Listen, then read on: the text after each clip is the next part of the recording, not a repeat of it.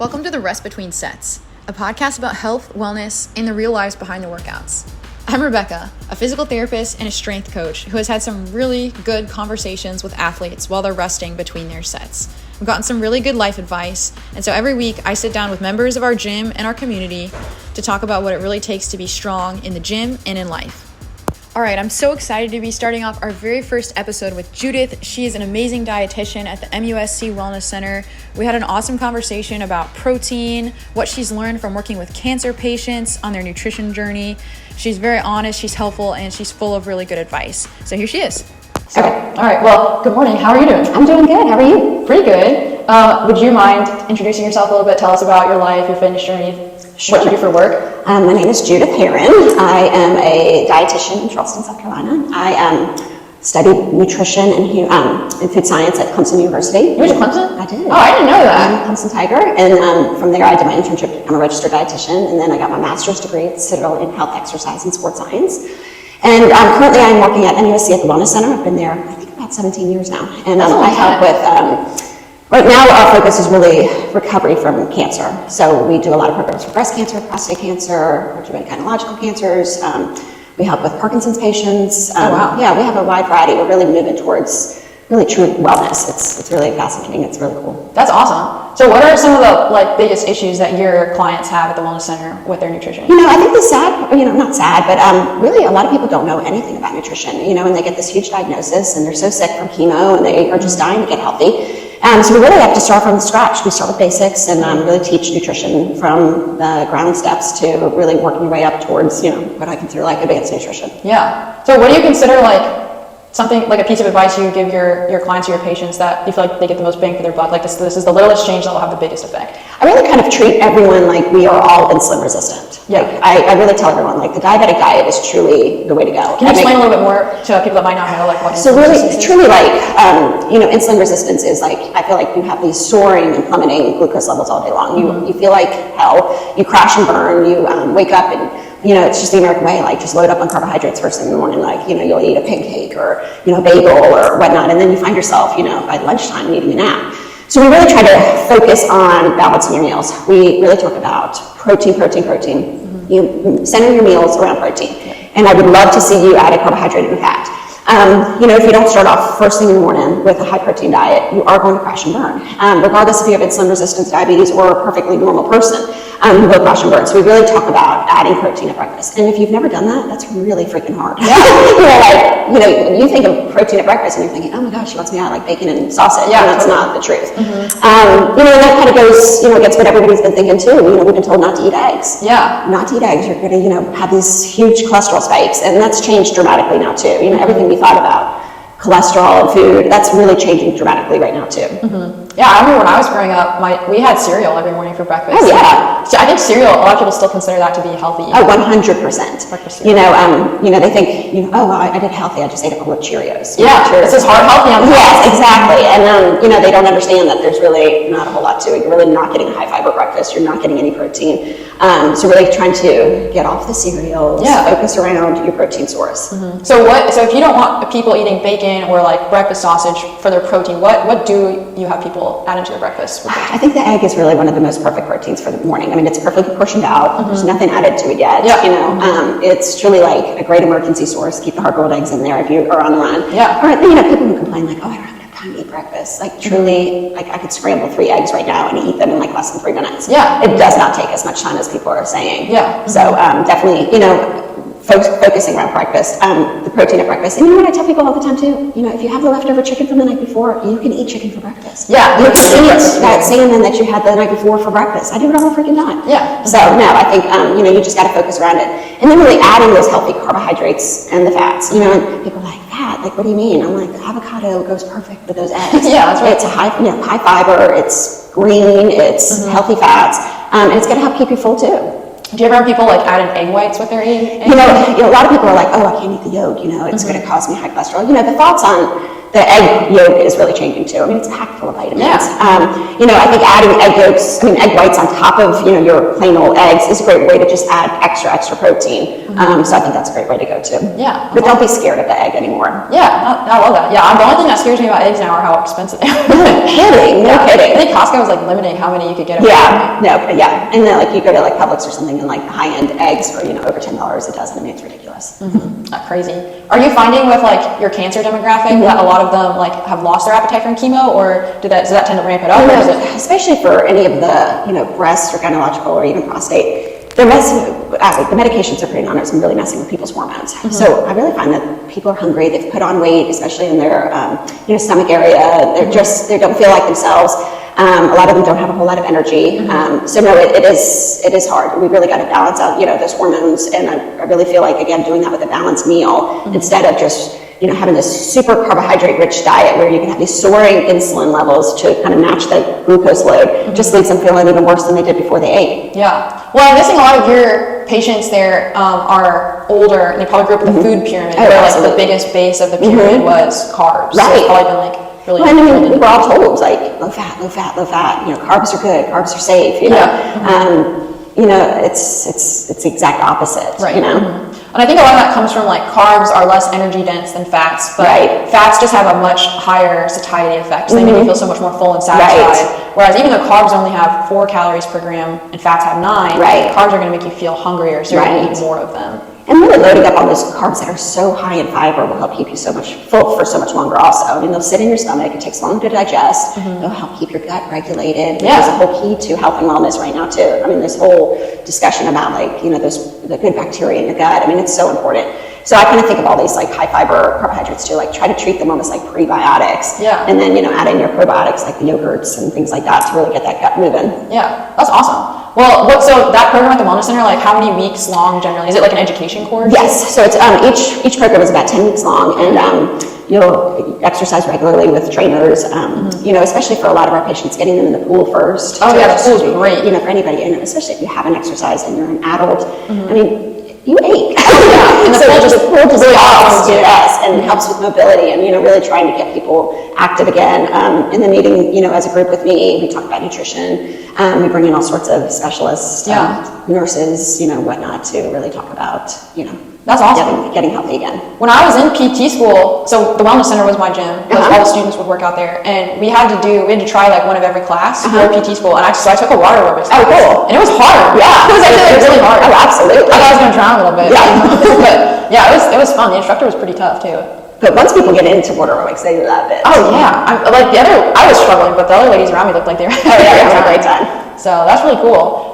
So do you find that people's energy levels, do you take any kind of pre and post data? Yes, we do. We have an in-body, so we definitely test before the program and after the program. And we do find that even people in the 50s, 60s, and 70s can change body composition. Yeah, that's awesome. I think we all are under this impression that after 35, it's all downhill from there. You can still put on some muscle mass. You can still change your body composition. And people are shocked that even just coming twice a week, you can make changes. Yeah. It's really fascinating. It's really cool. Absolutely.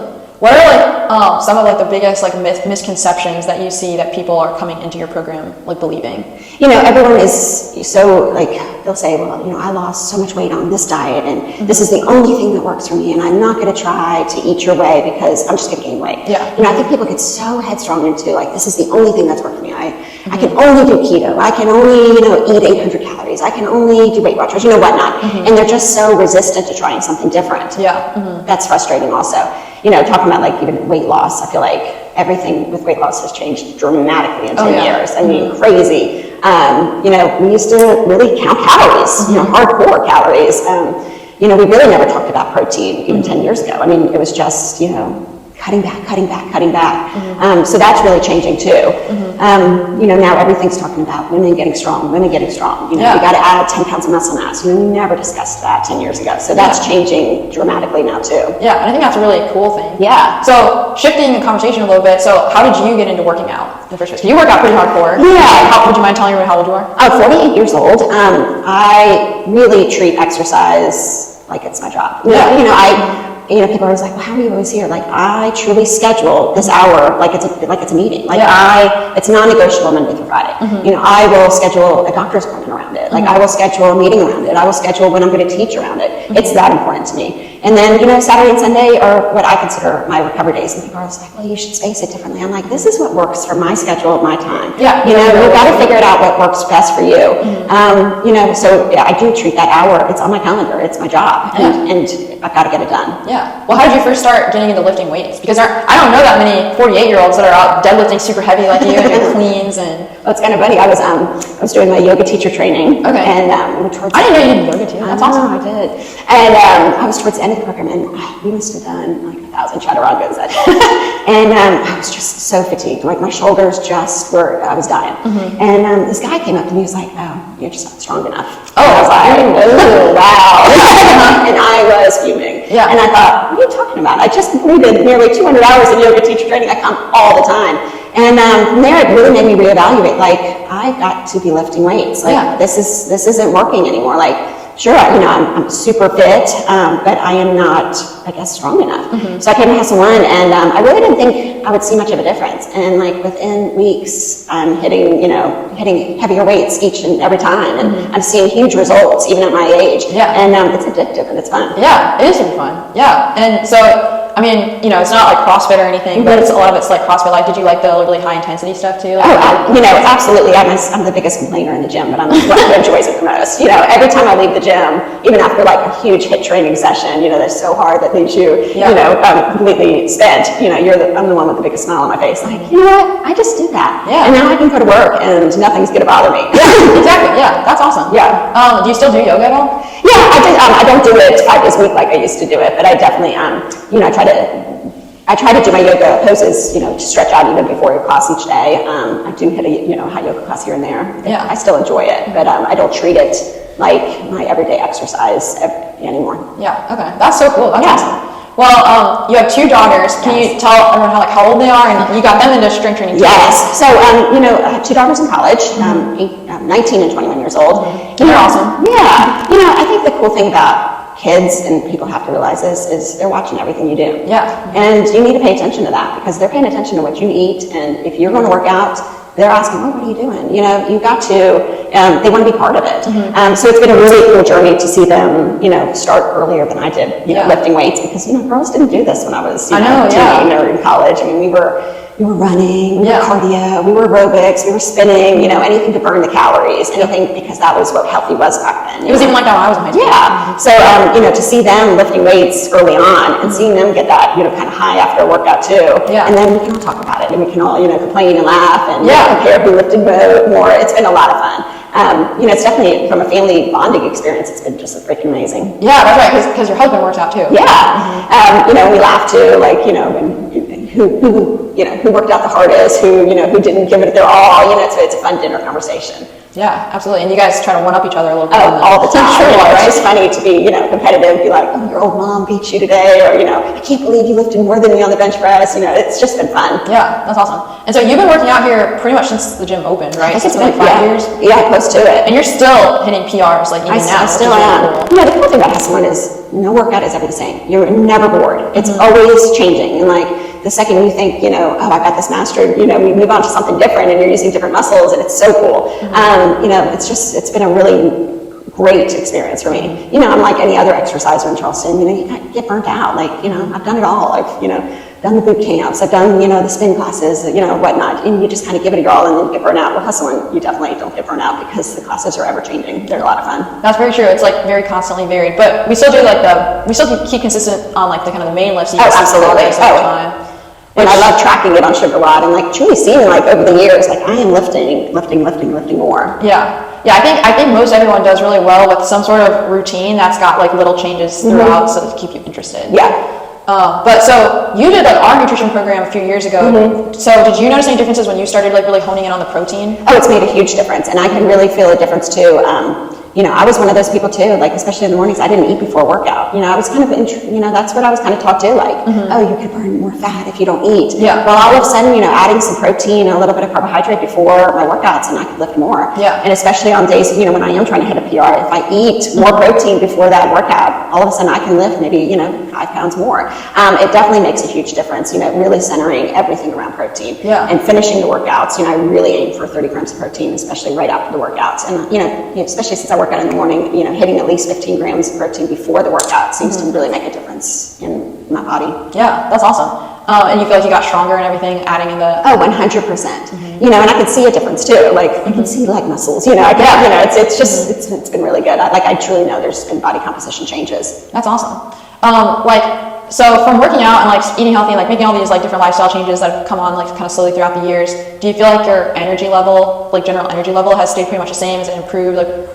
Yes, no, and just like anybody else, when I used to run 5 miles on the treadmill and eat nothing but carbohydrates, I was napping an hour and a half in the afternoons, not understanding why I'm so tired all the time. And it was just that crash and burn, and I didn't have diabetes, I didn't have insulin resistance, but I wasn't fueling my body efficiently. My body needed more protein, and it needed a balanced diet. It's made a huge difference. It's way easier to add stuff into your diet rather than take it away. Right. So adding protein, I think, really helps to make it so you don't want as much of the... Right. You don't crave sugar when you are, focusing your meal around protein.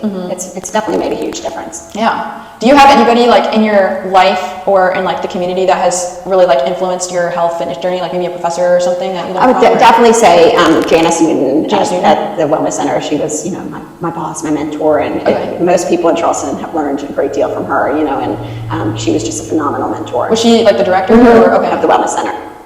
Do you have any non-gym related habits that have made like a big difference in your life? I would say, well, not even, but just I would say on recovery days, I think a lot of people just like to sit down and just do nothing, and they think their body's recovering. And I truly think you still need active recovery, and like those are the days when I'll just take a 3-mile walk. It's not fast. Yeah. It's just truly like, I treat walking like it's my mental... Walking's so underrated. It's so underrated. Like, I don't think it's enough for just say exercise every single day, but for the recovery days, walking clears your head, you're moving, it really helps muscle soreness, and it's made a huge difference too. I don't like people just laying around saying, oh, it's my muscle recovery day. Yeah. So that's made a big difference too. Yeah, okay, awesome. Well, if you have like, we'll kind of wrap up, but if you have like one piece of advice to give people that are listening, or like one little change that they could make to have a big effect, what would you tell people?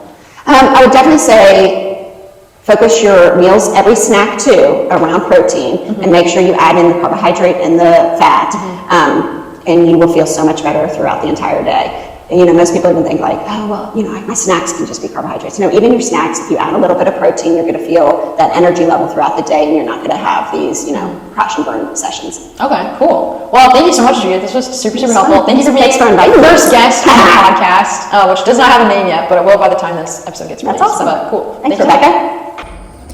Thank you for listening to the first episode of The Rest Between Sets. New episodes will be released weekly, and our guest next week is Tyrone Wilder, who is a mental health therapist. I'm continuing to work to improve the sound quality of the podcast as I learn more about recording and editing, so please bear with me as I work on improving. Thanks again for tuning in, and have a great day.